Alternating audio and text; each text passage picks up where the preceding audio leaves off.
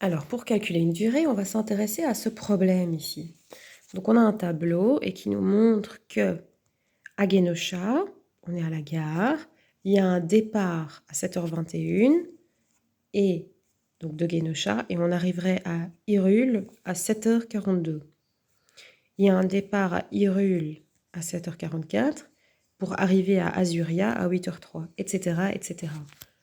On part de quelque part et on arrive ensuite.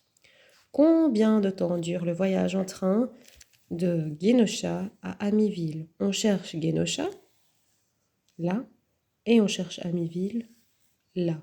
Donc on veut savoir combien de temps passe entre 7h21 et 8h59 quand on arrive enfin.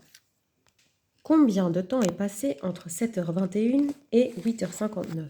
Moi, dans ce cas-là, je fais un schéma et je vous conseille de faire la même chose. Je démarre à 7h21 et je vais déjà calculer combien de temps passe pour arriver à 8h, pour avoir l'heure pleine.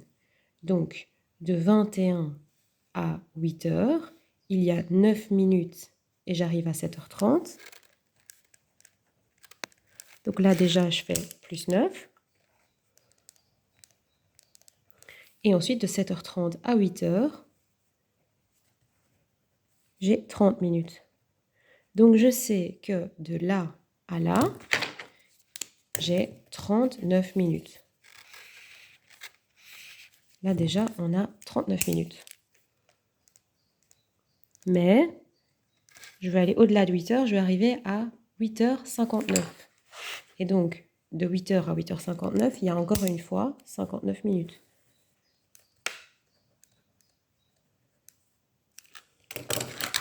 59 minutes. Sachant que 59 minutes, c'est en fait 1 heure moins 1 minute.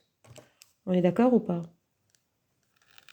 Donc, mon calcul final, il va être de faire 39 minutes plus 59 minutes, sachant qu'en fait, c'est 1 heure moins 1 minute. Donc, soit je dis, en fait, c'est 1h39 moins 1, 1h38, et du coup, le tour est joué. 1h38, soit je fais le calcul. Donc, on regarde, vous allez comprendre tout de suite. 9 et 9, ça fait 18, donc 8, et j'écris un petit 10. 5 et 3, ça fait 8, plus la dizaine là, plus une dizaine, ça fait 9, donc j'écris un 9.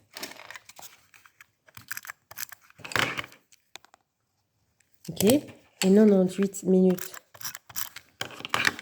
Donc 9 plus 9, 18. 5 plus 3, 8 plus une dizaine, ça fait 9. J'ai 98 minutes.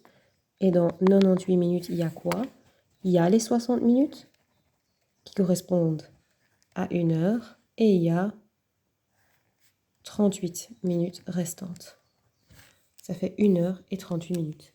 Donc, entre 7h21 et 8h59, il y a 1 heure et 38 minutes qui passent. Je trouve que le fait de dessiner, c'est très pratique. Et aussi le fait de se dire, ok, 59 minutes, en fait, c'est comme si je faisais plus 1 heure, et puis je reviens en arrière, moins 1 minute.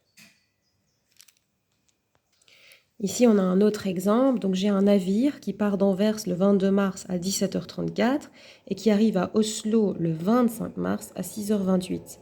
Et donc, on demande de calculer la durée du trajet. Il y a plusieurs élèves qui vont dire « Ah, mais on s'en fiche du jour ». Pas du tout, parce que les jours, c'est aussi des durées. Donc, on se rend compte qu'on est là le 22 mars. Il est 17h34. Le lendemain matin, on sera le 23 mars à 17h34. Un jour sera passé, ce sont 24 heures. 24 heures plus tard, on sera le 24 mars à 17h34. 24 heures plus tard, on sera le 25 mars à 17h34. Et là, c'est trop tôt. Donc, faisons un schéma pour tout ça pour arriver à la solution. Donc, on a un navire qui va naviguer. Il part le 22 mars à 17h34. Et quand il arrive le 25 mars à 6h28, on lui demande « Bon, oh là là, ça fait combien de temps que tu navigues comme ça ?» Première étape, on va se rendre compte que, bah oui, un jour plus tard, on est le 23 mars. Un jour plus tard, on est le 24 mars. Donc déjà, ces deux étapes, on peut les faire, c'est très facile. Et donc, pour passer du 22 mars au 23 mars, combien de temps est passé? Un jour. Et un jour, ce sont 24 heures. Et là, il y a de nouveau un jour qui est passé, de là à là.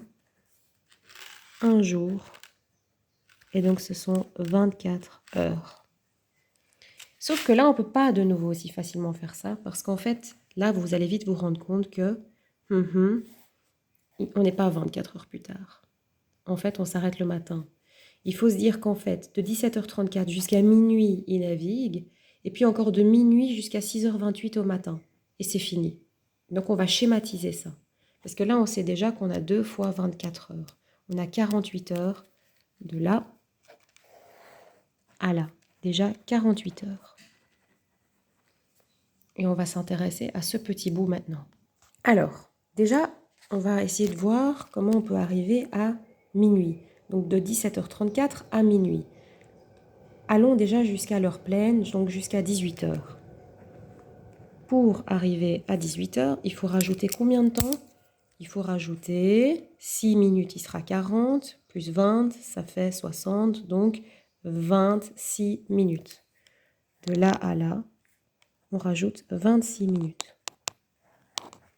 Ok. Et puis on va encore arriver à minuit, donc à 24 heures.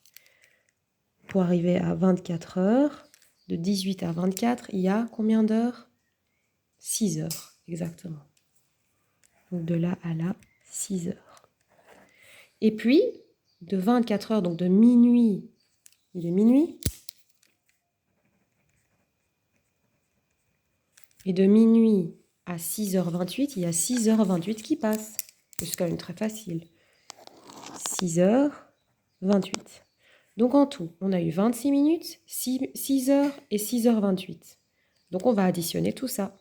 Notre calcul est donc de faire 26 minutes plus 6 heures plus 6h28. 26 minutes plus 6 heures plus 6h28. Et donc, moi, ce que je fais, c'est que je fais 6 et 6, ça fait 12. 26 et 28, ça fait 50. 50 combien?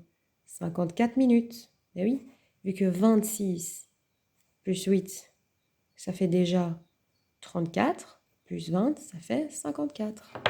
Donc, j'ai 54 minutes